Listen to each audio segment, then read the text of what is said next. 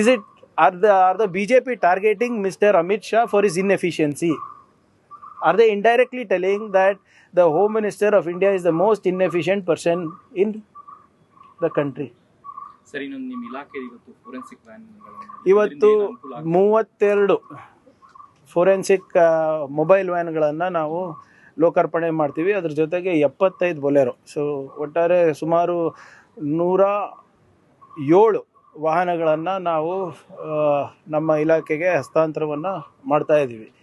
FSL mobile ವ್ಯಾನ್ಗಳಿಂದ ವೈಜ್ಞಾನಿಕವಾಗಿ ನಾವು ಸಾಕ್ಷಿಗಳನ್ನು ಸಂರಕ್ಷಣೆ ಮಾಡ್ಬೋದು ಮತ್ತು ಸುರಕ್ಷಿತವಾಗಿ ಅದನ್ನು ನೋಡ್ಬೋದು. ಮತ್ತು ನಾವು ಯಾವಾಗ ಕೋರ್ಟಲ್ಲಿ ನಾವು ಪ್ರೊಡ್ಯೂಸ್ ಮಾಡ್ತೀವಿ ಎವಿಡೆನ್ಸನ್ನು ಕಂಪ್ಲೀಟಾಗಿ ಸೈಂಟಿಫಿಕ್ ವೇನಲ್ಲಿ ನಾವು ಮಾಡ್ಬೋದು. ಮುಂಚೆ ಏನಾಗ್ತಾಯಿತ್ತು, ಕೇಂದ್ರಕ್ಕೆ ಬರಬೇಕಾಗಿತ್ತು, ಐದರ್ ರೀಜ್ನಲ್ ಹೆಡ್ ಕ್ವಾರ್ಟರು ಅಥವಾ ಬೆಂಗಳೂರಿಗೆ. ಈಗ ಅಲ್ಲೇ ಸೀನ್ ಆಫ್ ಕ್ರೈಮ್ನಲ್ಲೇ ನಾವು ಮಾಡ್ಬೋದಾಗಿದೆ. So it's a very big step in ensuring scientific approach to solving crime. So ಇದು ಬಹುಶಃ ನಮ್ಮ ದೇಶದಲ್ಲೇ ಮೊದಲನೇ ಬಾರಿಗೆ ಆಗ್ತಾ ಇರೋದು ಇದು ಮೊಬೈಲ್ ಯೂನಿಟ್ಸು.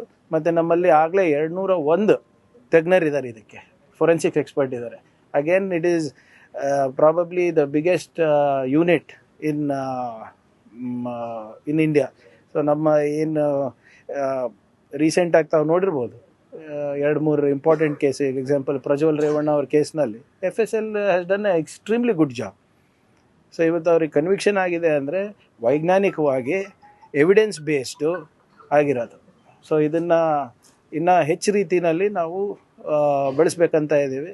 ರೀಜನಲ್ ಹೆಡ್ ಕ್ವಾರ್ಟರ್ಸ್ನಲ್ಲಿ ಕೂಡ ಸ್ಟ್ರೆಂಥನ್ ಮಾಡಬೇಕಂತ. ಕೆಪಿಎಸ್ಸಿ ಅಧ್ಯಕ್ಷರ ಮಗಳ ಮೇಲೆ FIR ಆಗಿದೆ, ನಕಲಿ ಜಾತಿ ಪ್ರಮಾಣ ಪತ್ರದ. ಯಾವ್ದು ನೆಕ್ಸ್ಟ್ ಪ್ರೋಸೆಸ್ ಏನಾಗುತ್ತೆ? ಆದಾಯ ಪ್ರಮಾಣ ಪತ್ರ, ನಕಲಿ ಆದಾಯ ಪ್ರಮಾಣ ಪತ್ರದ ಇದು ಆಗಿದೆ. ನೋಡೋಣ, ಅದು ಕಂಪ್ಲೇಂಟ್ ನಿನ್ನೆ ರಾತ್ರಿ FIR ಆಗಿದೆ. ಏನಿದ್ರು ಕೂಡ ನಾವು since it's KPSC is constitutional body, ಅದನ್ನ ಕಾನೂನಾತ್ಮಕವಾಗಿ ಹೇಗೆ ಟ್ಯಾಕಲ್ ಮಾಡ್ಬೋದು ನೋಡಬೇಕು. ಈಗ ಈಗ ಬೇಲಿನೇ ಹೊಲ ಇದ್ರೆ ಏನು ಮಾಡೋಕ್ಕಾಗತ್ತೆ ಇವ್ರೆ? ನಮ್ಮ ಕೈನಲ್ಲಿ ಇದೆಯಾ? 2 ಇದು ವಿಚಾರ ನನಗೆ ಬಿಟ್ಟರೆ KITನೂ ರದ್ದು ಮಾಡ್ತೀನಿ, KPSCನೂ ರದ್ದು ಮಾಡ್ತೀನಿ. ಕಾನ್ಸ್ಟಿಟ್ಯೂಷನಲ್ಲಿನೇ ಮಾಡಬೇಕಾಗ್ತದೆ, ಅದಕ್ಕೆ ಹೊಸ ಕಾನೂನು ತರಬೇಕಾಗ್ತದೆ, ಆ್ಯಕ್ಟ್ ತರಬೇಕಾಗ್ತದೆ. ಸ್ವಲ್ಪ ಜನ ಹೇಳ್ತಾರೆ ಅದು ಮಾಡೋಕ್ಕಾಗಲ್ಲ, ಕಾನ್ಸ್ಟಿಟ್ಯೂಷನಲ್ ಇದು ಏನು ಕಾನೂನಾತ್ಮಕವಾಗಿ ತಗೋಬೇಕು ಅದು ಇದು ಅಂತ. ಕಾನೂನು ಮಾಡೋರು ಯಾರು ಇವ್ರೆ? ನಾವೇ ತಾನೇ. ಶಾಸನವನ್ನು ರಚನೆ ಮಾಡೋರು ಯಾರು? ಶಾಸಕರು. ಎಲ್ಲರೂ ಸೇರಿ ಒಂದು ತೀರ್ಮಾನ ತೊಗೊಂಡ್ರೆ ಕೇಂದ್ರದವ್ರು ಇರ್ಬೋದು, ನಾವಿರ್ಬೋದು, ತೊಗೋಬೇಕು. ನೀವು ಹೇಳ್ದಂಗೆ ಶುದ್ಧೀಕರಣ ಮಾಡಬೇಕಾಗ್ತದೆ. ಯುವಕರ ಭವಿಷ್ಯದ ಚೆಲ್ಲಾಟ ಸರಿಯಲ್ಲ.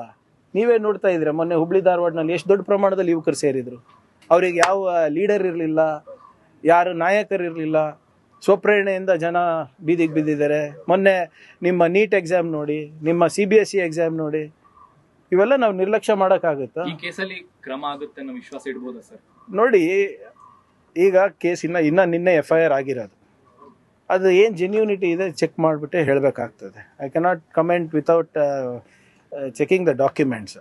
ಬಟ್ ಏನಿದ್ರು ಕೂಡ ವಿ ವಿಲ್ ಈ ವಿಚಾರದಲ್ಲಿ ನಮ್ಮ ಯುವಕರ ಭವಿಷ್ಯದ ವಿಚಾರ ಬಂದಾಗ ಮಾನ್ಯ ಮುಖ್ಯಮಂತ್ರಿಗಳು ಭಾಳ ಸ್ಪಷ್ಟವಾಗಿ ಹೇಳಿದ್ದಾರೆ, ರೆಕ್ರೂಟ್ಮೆಂಟ್ ಆಗಬೇಕು, ನಿಲ್ಲಬಾರ್ದು, ಮತ್ತು ಇಂಥದಕ್ಕೆ ಯಾವುದೇ ಅವಕಾಶ ಕೊಡೋದಿಲ್ಲ. ಈಗ ಹಿಂದೆ ನಾವು ಒಂದು ಕಾಯ್ದೆ ಕೂಡ ತಂದಿದ್ದೀವಿ ಭ್ರಷ್ಟಾಚಾರ ನಿಯಂತ್ರಣ ಮಾಡಲಿಕ್ಕೆ ಗೌರ್ಮೆಂಟ್ ರೆಕ್ರೂಟ್ಮೆಂಟ್ನಲ್ಲಿ.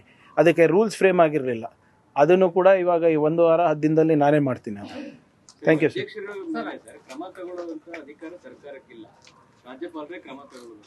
ಸರ್ಕಾರ ಏನು ಮಾಡ್ಲಿಕ್ಕೆ? ನೋಡಿ, ಇಶ್ಯೂ ಯಾರು ಮಾಡಿರೋದು? ಅದು ನಕಲಿ ಆದಾಯ ಪತ್ರ ಅಂತ ಏನು ಹೇಳಿದ್ದಾರೆ ಅದೆಲ್ಲ ನಮ್ಮ ವ್ಯಾಪ್ತಿಗೆ ಬರುತ್ತಲ್ಲ.